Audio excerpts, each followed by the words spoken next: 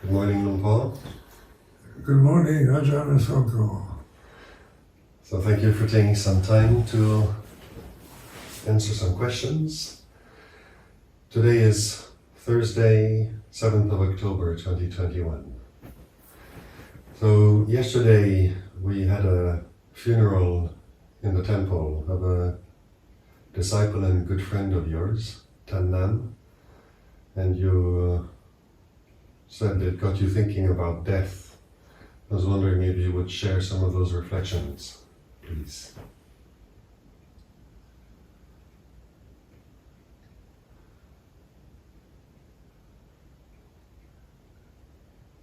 Yes, death is important reflection.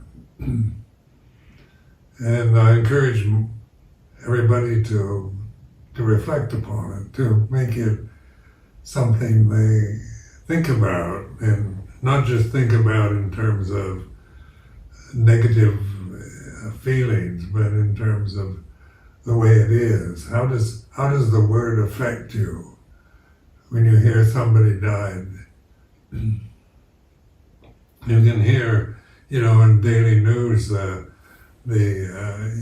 many people dying in a raid in Afghanistan, and you don't know any of them, but you hear about death all the time in the news, and as we grow older, we experience, the aging of our parents and their final death, and friends and people of one's generation as they start dying off from old age or disease. And yet in Western culture it's a subject that generally is ignored, trying to cover it up, make it, like modern funerals here in England are usually trying to make everything pretty and nice and not even confronted with the realities of a dead body and the actual loss of somebody you knew or somebody you loved. But in monastic life, as I've lived it in Thailand, death is one of the important subjects because it's one of the teachers that we learn from. And one time a Thai monk asked me about Christian angels, and I said Christian angels are wearing white robes, they have white wings, and they play harps, and they're all beautiful. And he says, well, Buddhist angels are different. I said, what do you mean? And he said, old age, sickness, and death. And that really struck me as wisdom, because these are what they call devatutas, or divine messengers, heavenly messengers. So in the Buddhist context, they're more willing to confront and face up to the realities of our human existence. Because death is we're all going to die, and we all know that. And whether we live to a ripe old age or die young, or that is particularly up to circumstances and fate. We can't predict, when we're going to. Most of us don't know exactly when we're going to die, but we all know we're going to die. And so death itself, just the word, I like to use the word and say the word to myself, think the word death, and observe the feeling it brings up. Because it is a powerful word, but it's only a word, that comes and goes, and it's a common enough English word. There's no, everybody understands the meaning of it. But death is the end of a life form, so it's the end of a life, where birth is the beginning.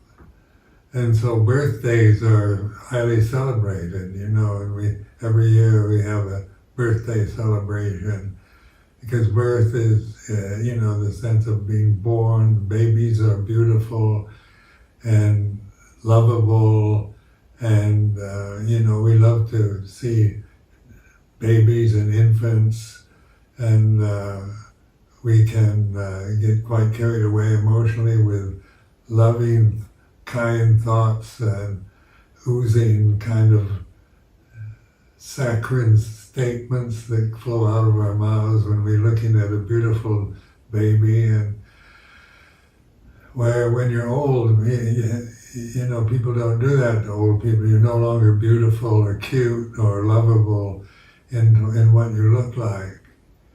So this is to be expected, that babies are naturally something to love and to nurture, take care of, because they're totally helpless when they're born. We were all, when we were born, took several years to be able to learn to walk properly and take care of ourselves.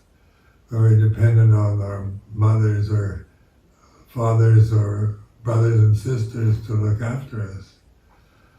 So, we love children, but now is a time where old age there's so many old people. We live longer lives than we did 50 years ago. And so there's an accumulation of elderly people and what to do with them. And this is a common problem in most countries, economically prosperous countries. And then what to do with all this aging population. But old age is also a Devatuta, a heavenly messenger. And this is where we learn from these messengers. So in the traditional story in the scriptures of Prince Siddhartha leaving the palace, which is a metaphor for youth and beauty, and everything's pleasant, and there's no old age, sickness, death in the palace. It's all young, healthy, beautiful looking people, and life is presented to you as something happy and glorious and wonderful. And then the prince sneaks out of the palace one day and looks in the local village, in the town, and sees a corpse, a sick man dying, and a monk sitting under a tree. So these are, called Devadutas, or heavenly messengers. So rather than ominous signs that we ignore in our lives, things we don't want to face up to and try to diminish their importance, I'm encouraging that these are the very conditions we're all experiencing, and we must reflect on them, or encourage. This is where wisdom arises, through reflecting on the way things are. So noticing, like the funeral yesterday here at Amaravati, just the person that died was a good friend for many years. He died at 84 years old, and he died peacefully. So there's a comforting thoughts. And then the corpse, the body, was actually brought to Amaravati. We have a chapel of rest here where we can reflect on it. We encourage the monks, the nuns, the samanas to go in and contemplate a human corpse, a dead body, dead human body, and not to think about it in terms of negations, or just get caught in fear. A lot of people are just afraid of dead bodies, and as if they're dangerous, but they're not. And living human beings are much more dangerous than dead human corpses. So just practically speaking, we can see death also brings a sense of fear, of mystery, of we don't know what happens when when a person dies, what actually dies? What actually is death about? And of course, in the Buddhist teaching, this is emphasized that all conditions are impermanent. And the conditions are, they're constantly being born and dying, just like thoughts come and go. It's a kind of death that we can meditate on, just the changing conditions of our emotions and thoughts and memories, how they arise and cease.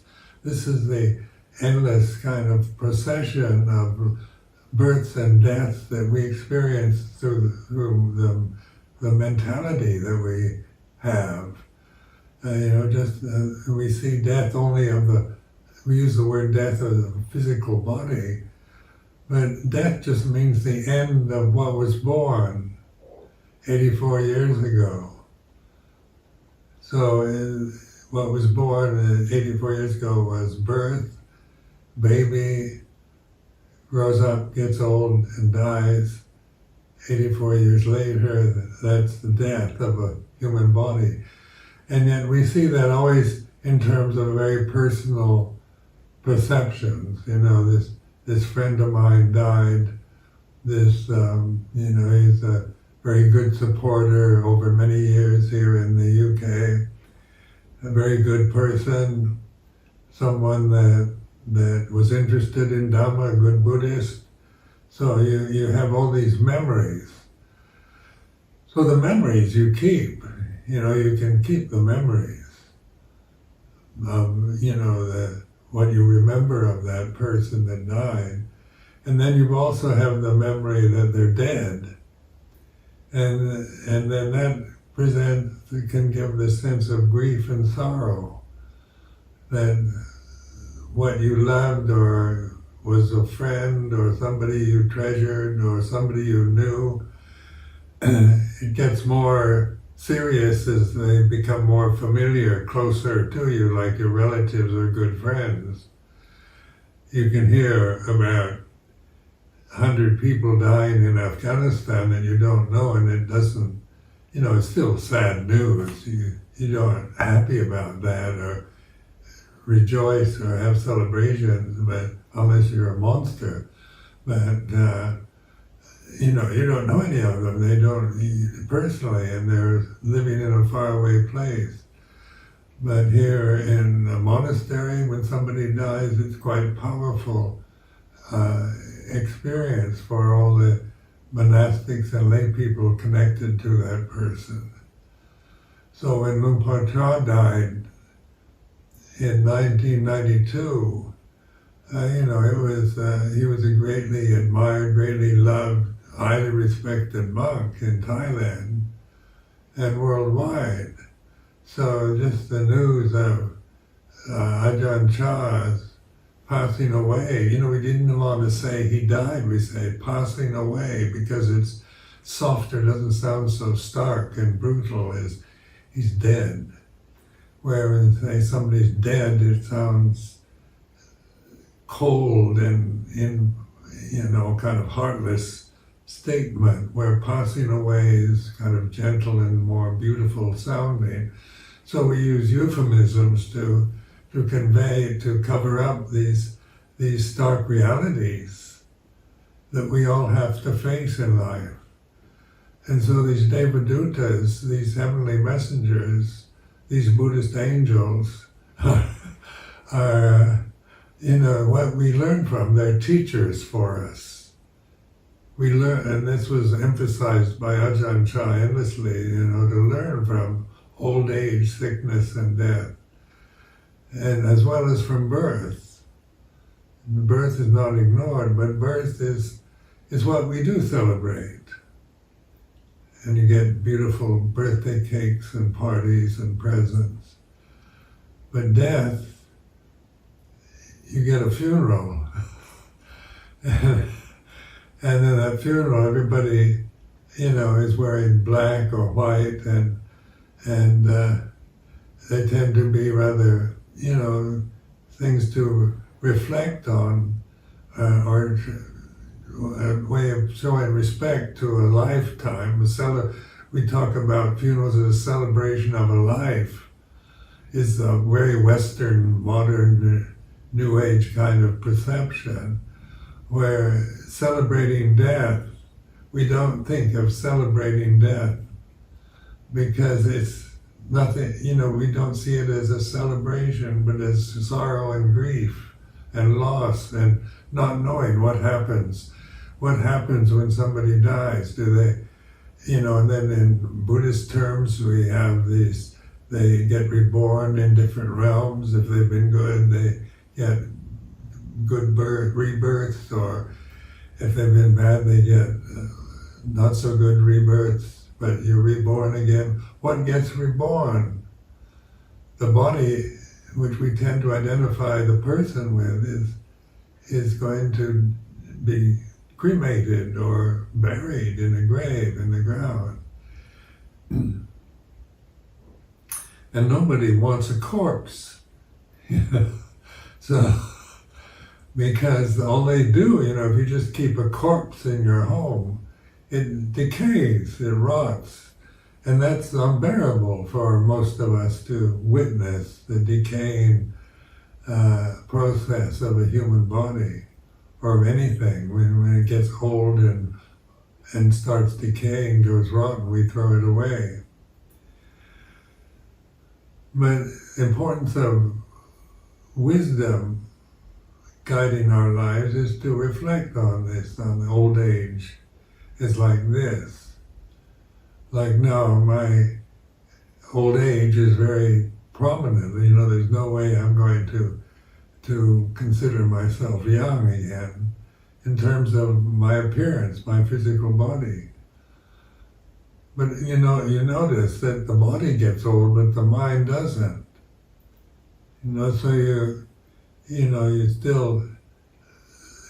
still witness the body and you identify with it personally. Then you're going to suffer a lot because as it gets old, it gets wrinkled and starts, shriveling up and gets aches and pains and diseases and so forth. So it becomes disabled, and all kinds of problems arise with the aging process, which are unpleasant in themselves.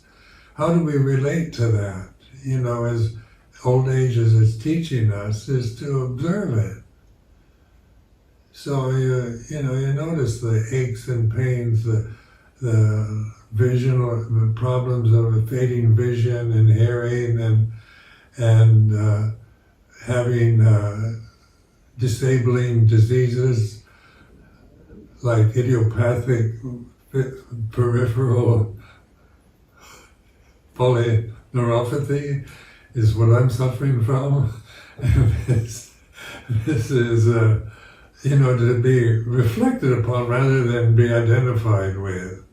So in terms of convention, when people ask me how I am, I thought they want to know how I physically am, so I'm quite willing to talk about my fading vision and hearing problems and my idiopathic peripheral polyneuropathy problems of walking. And so it's, these are about the body. But in terms of the mind, it's very bright at this age. Never been more peaceful and more alert, more clear than it is at 87. So this is, greatly appreciated. This is due to the life I've led as a monk and developing meditation to be aware of, that this body is not what I am. It's something that was born, grows up, gets old, and will die in the future, and that's what it's supposed to do. And so, what are we really when we ask ourselves, so are you really the body that you identify with? Is this really yours? Is it something to hold to and identify with even as you grow old, get sick, and the inevitable dying process comes closer and closer? what are you going to do? Just feel bad about it, or blame God, or get bitter about the natural process of birth to death, or learn from it, observe it, be the witness. What is it that witnesses a body? The body doesn't witness itself. When you contemplate the body, the body doesn't know itself as it's an object. When we're aware of the body, we're no longer seeing it in terms of its gender, its race, its beauty, its age, and so forth. We're looking at the way it is. It's like this, and it's a sensitive form. What is aware? What is it that's aware of the sensitivity of the body, the feelings of pleasure, painful or neutral sensations that we experience through the body, through the senses? Does that die? Does that get old? Does wisdom get old and senile? Or is wisdom our true nature when we observe, when we're the observing witness to the changing conditions that we're experiencing all the time? So in Thailand, Lumpur Cha used to say, die before you die. This is meditation. And so this is a good reflection to learn from, a good way of thinking about it. Die before you die is observing the daily deaths, the absence, the separation, the way things grow boring. How long can you stay interested in any condition whatsoever, when it becomes boring or dull? We want interesting lifestyle. We want youth and beauty and stability and safety and all the best we can think of. But life basically is very unstable and changing and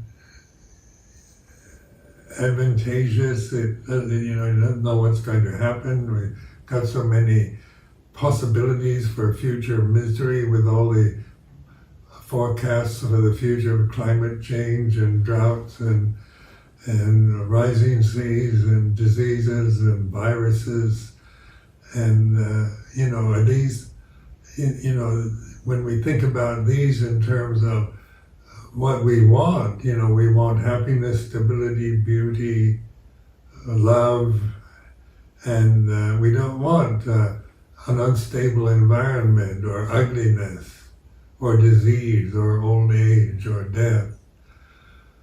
But these are, in Buddhist terms, the angels, the devas that we learn from the most, and where wisdom, right? So wisdom can't arise if you're just trying to delude yourself endlessly with youthful ideas and seeking happiness and beauty.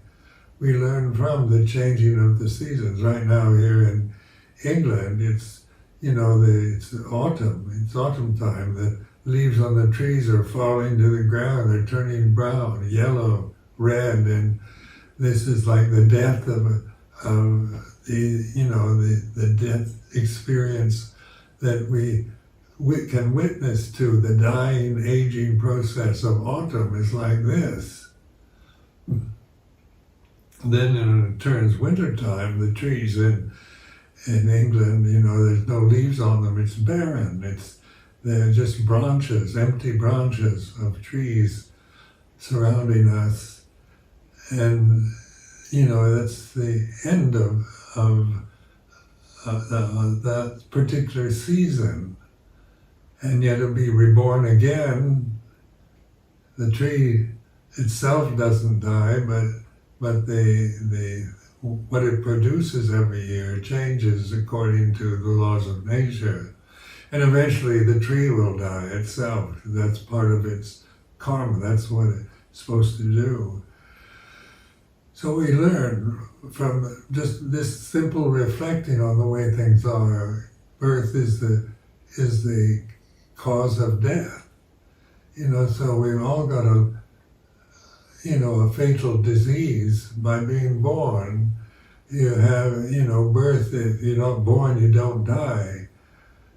So with our identities always on what is born, when it begins, with beauty, happiness, love, and security, and safety, and stability, and all the good things, the beauty of spring, or summer, the enjoyment of the warmth of summer and things like this is still enjoyable, but we know it changes, and that's what it's supposed to do.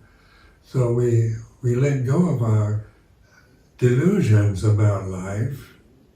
We see through the delusions we create from our identity with what we look like, with the bodies we have, with the cultural, social conditioning we identify with, even with our religious conditioning. We let go of that all and trust in awareness, which is deathless.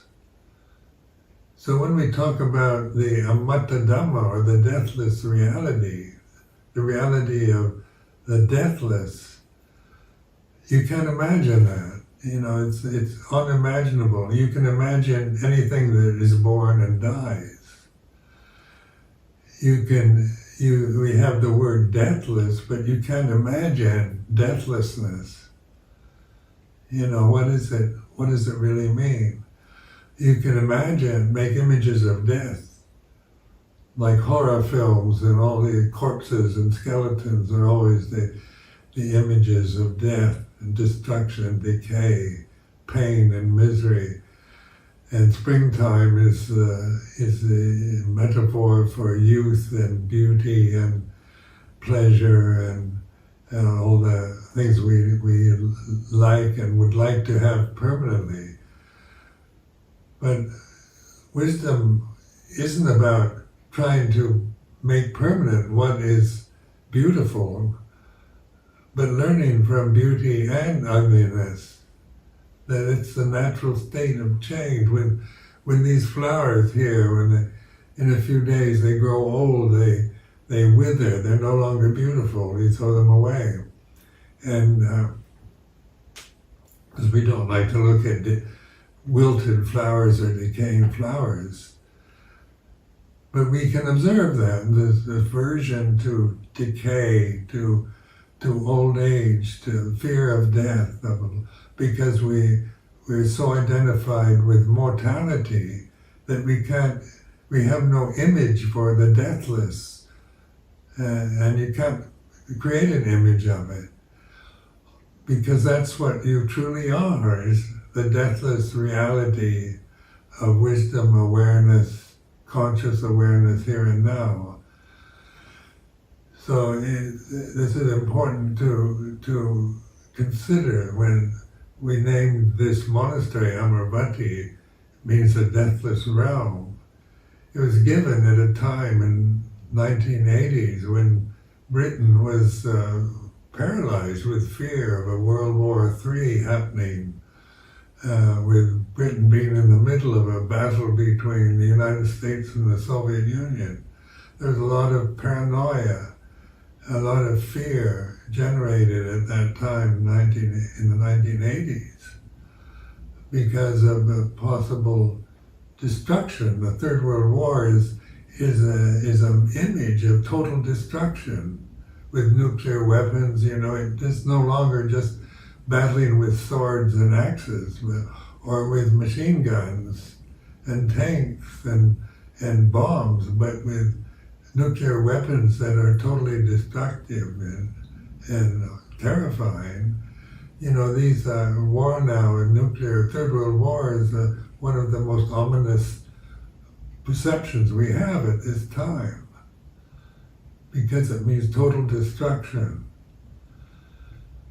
But the destruction that we witness daily is, we meditate on that, we learn from that, not about what's going to happen to planet Earth 1 million years from now, or will there be a third world war? Or what will happen between China and the United States? And there's endless suspicions of total war and fear, and that it generates fear. And that we can be aware of, that all this unknown, what's happening to the planet with climate change, with the melting of the glaciers, of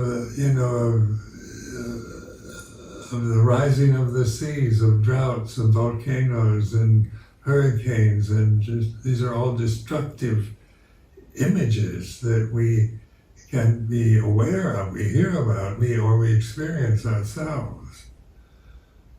But they're natural phenomena that happen because phenomena is this unstable condition that we're all experiencing in daily life. When you observe your own mental states, how long can you really hold to a thought or an idea without it drifting off to something else? In daily life, when you're not concentrating on reading or something definite, the mind wanders all over the place with different perceptions, different thoughts, different memories, fears and worries. And, we contemplate the experience of worry and anxiety is always about the future. Because the future is all possibilities of destruction, death, decay is the future. And we know that. But we'd like to have a bright future where the climate gets better and better. England gets sunnier and sunnier, and it's more like eternal spring, and the population is under control and everybody's well off. It's a fantasy, a dream world that we create out of desire for permanent happiness and beauty, when we learn from unhappiness, from fear, from worry, from anxiety. These are not states to be despised, but to learn from. It means that this is an important mental state to observe, to be the witness to. And that witness is what we call mindfulness or awareness, conscious awareness of the way it is.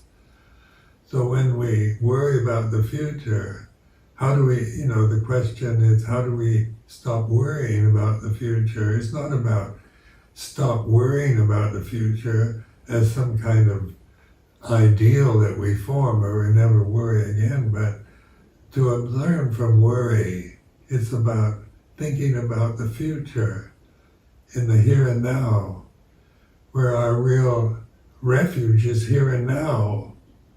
Stability is here and now in awareness. And that stability isn't personal. It's not like you become a stable personality or, in any way, but you see through your personality. You're no longer a helpless slave, victim of how you see yourself as a separate person or a physical form. So this is, encouraging this wisdom approach. Ask ourselves, what is that is aware of fear, aware of worry, aware of old age, is aware of the grief, a loss at a funeral is like this. So we're not trying to get rid of grief. We're not trying to get rid of worry. But these are conditions that we have through thinking, through worrying about the future is always a problem, and the past is just empty memories that arise and cease, come and go and change, all the time. So yesterday at the funeral, I remember knowing this person, meeting this person for the first time, the pleasant memories when we traveled together and so forth. These memories would come and go during this funeral, like memories do, because the conditions for those particular memories were there at that time. It's not that these memories come and go in most of my daily life experiences, but due to the existing conditions of a funeral for a dear friend is like this. And trusting this awareness, trusting it is putting your faith in what is stable, what you really are, what you can really trust, rather than in some new idea, some beautiful thought, some created fantasy that will change, that is unstable and changing. So I encourage you to see death as a teacher. Old age, sickness, death as a teacher. COVID pandemic is a teacher. We want to get rid of it, yes. But it's also part of the natural phenomena that we experience at this time. News of the COVID pandemic, deaths, and so forth that we can learn from and wisely reflect upon, and not create endless fears and problems for ourselves in daily life through worry, through anxiety, through fear, through grief, through remorse. I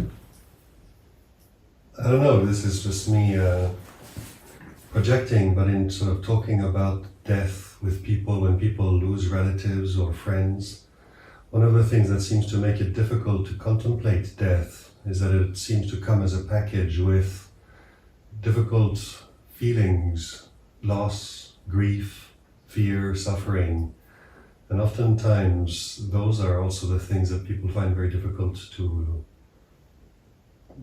receive as emotion. They don't know what to do with it. It seems like it's a whole package that people are sometimes not really knowing how to cope with and maybe trying to push away. Yeah, like guilt is a problem. When somebody dies, so many people feel guilty because I should have loved them more, I should have been kinder, I should have visited my aging mother more often. And we go from these various levels of guilt and remorse and sorrow and grief. But this is the thinking mind. Imagine, looking backward on your life, you can think of all the things you would remedy if you had your life to live over, you wouldn't do or say. So they say it's rear vision is 20/20, so you have, you can see all the things you should have done or shouldn't have done. But that's why it's important to establish this trust in the present moment, in which these conditions are seen in terms of phenomena arising and ceasing. So in trying to convince yourself you shouldn't feel guilty, or getting caught up with guilt and getting carried away with grief, indulging and clinging to losses that you experience, is ignorance of the way things are, so you can create a whole miserable life over loss of a loved one. My life has no meaning anymore, and without that loved person, we can feel all kinds of emotions who individually it would be different from one person to the next, but still the encouragement is to observe. Your refuge is in Buddha, in the witnessing of the way things are. And whatever character tendencies you have, no matter whether you indulge in grief or you carry it around or you suppress it, we try to sometimes suppress grief and pretend we say intelligent things like everybody's got to die, and very rational justifications that oftentimes are signs of suppression. But when a person you love or are closely associated with dies, it's like this, which is an opening to grief or to indifference.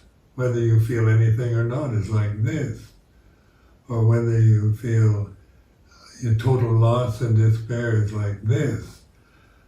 Trust that kind of observing, that witnessing, non-judgmental witnessing, and this is a way of letting go of these habits, these personal habits that bind us to misery and suffering that we create through the thinking process, through our worries about the future, our regrets about the past. So when we talk about awareness, mindfulness, consciousness, these are the consciousness that isn't dependent on senses. Is consciousness just sensual? Is it just the eye is conscious and the ear is conscious? Do they have separate consciousnesses, a sensory consciousness? Or is consciousness the prime reality, ultimate reality? That the whole body's in consciousness, and the body is a sensual form with senses that experience forms. And these forms are changing conditions, whether it's mental forms or what we see or hear, smell, taste, touch, think. These forms are in this incessant process of changing.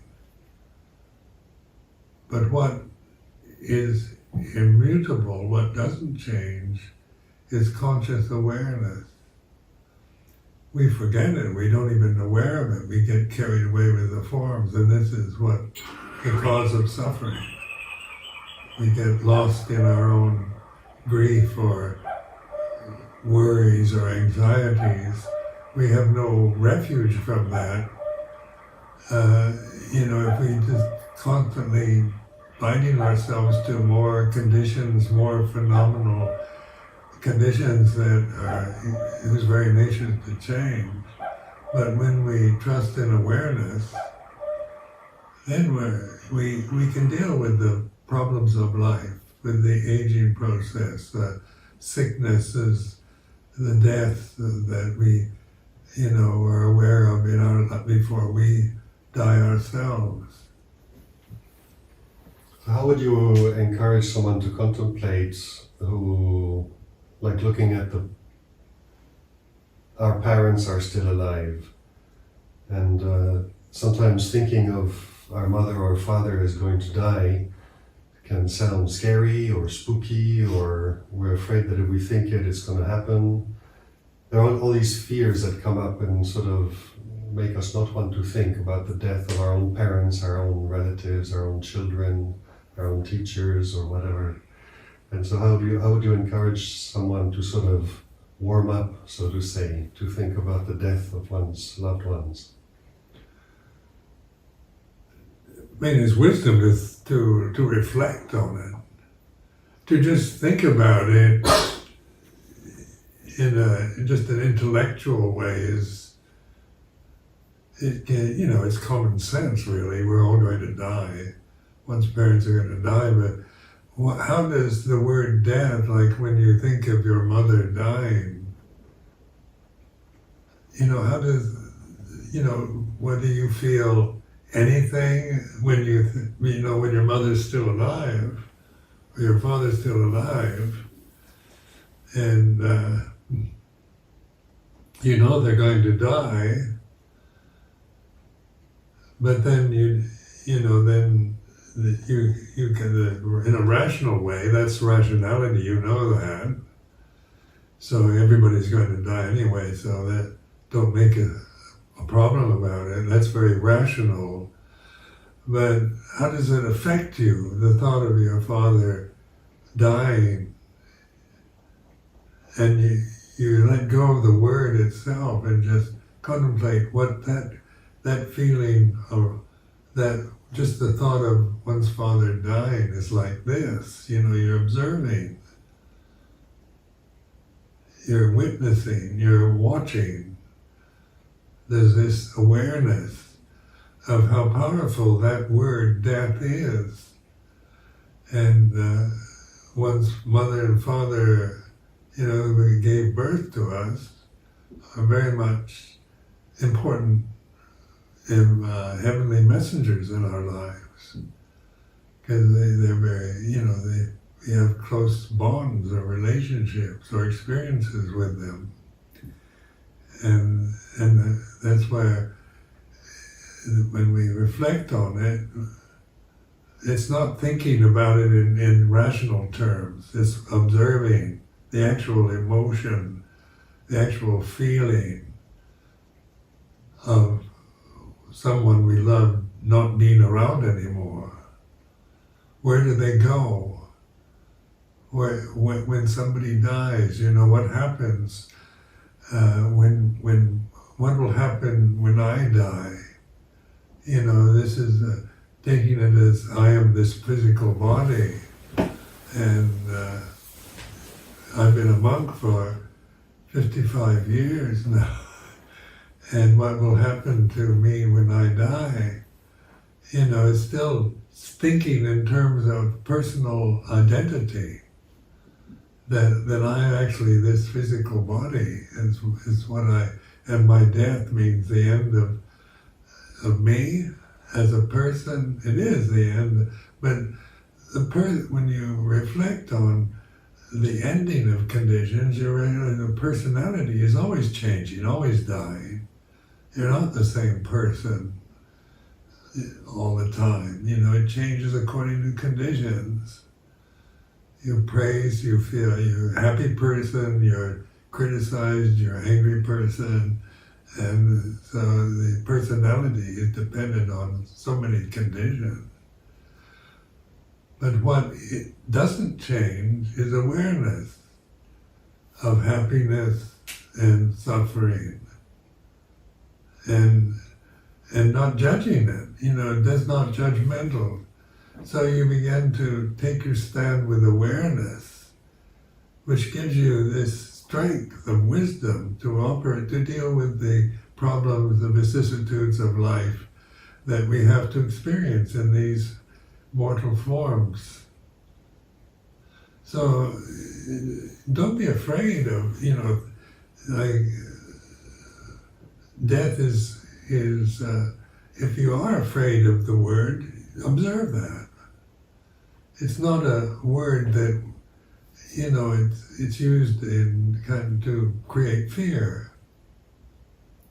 So the death of thousands of people, the death of bumblebees now in America, one feels sad. One likes bumblebees and doesn't like the fact that they're dying out. But still, it's the way it is, that the think of a bumblebee, I have a very positive image of a bumblebee and great pollinators and rather cute little insects and dying out, or butterflies dying out. It's like this, it's a kind of sadness, it brings up sadness. But awareness of sadness isn't sad. Awareness of fear isn't frightened. Awareness of death doesn't die. So this is why you take your stand with awareness rather than with the objects that you're aware of, that you're experiencing. And, I don't know any bumblebees personally, but when you read that news to me this morning, I felt sad.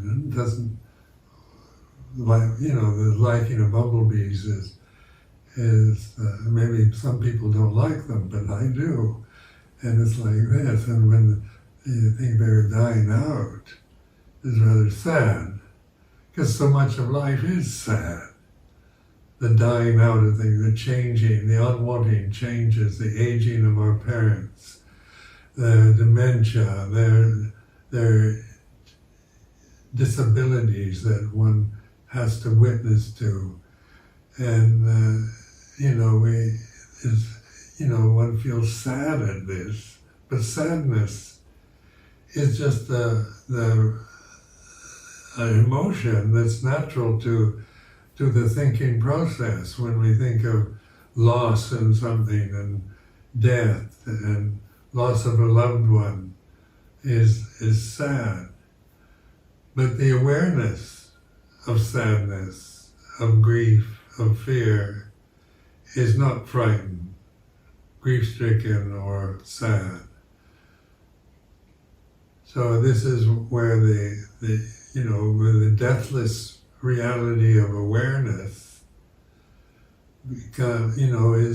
is where what we are. We begin to feel this confidence in this perfect state of awareness, conscious awareness here and now, that gives you this freedom from being just a victim of habit patterns, of emotional habits, of fear and anxiety and worry and greed and jealousy and all the emotions that every human being has to live with. We're suddenly seeing our stability is through wisdom and understanding, rather than through just habitual repetitions of the same old habits that we carry through for a lifetime. Thank you very much for these reflections.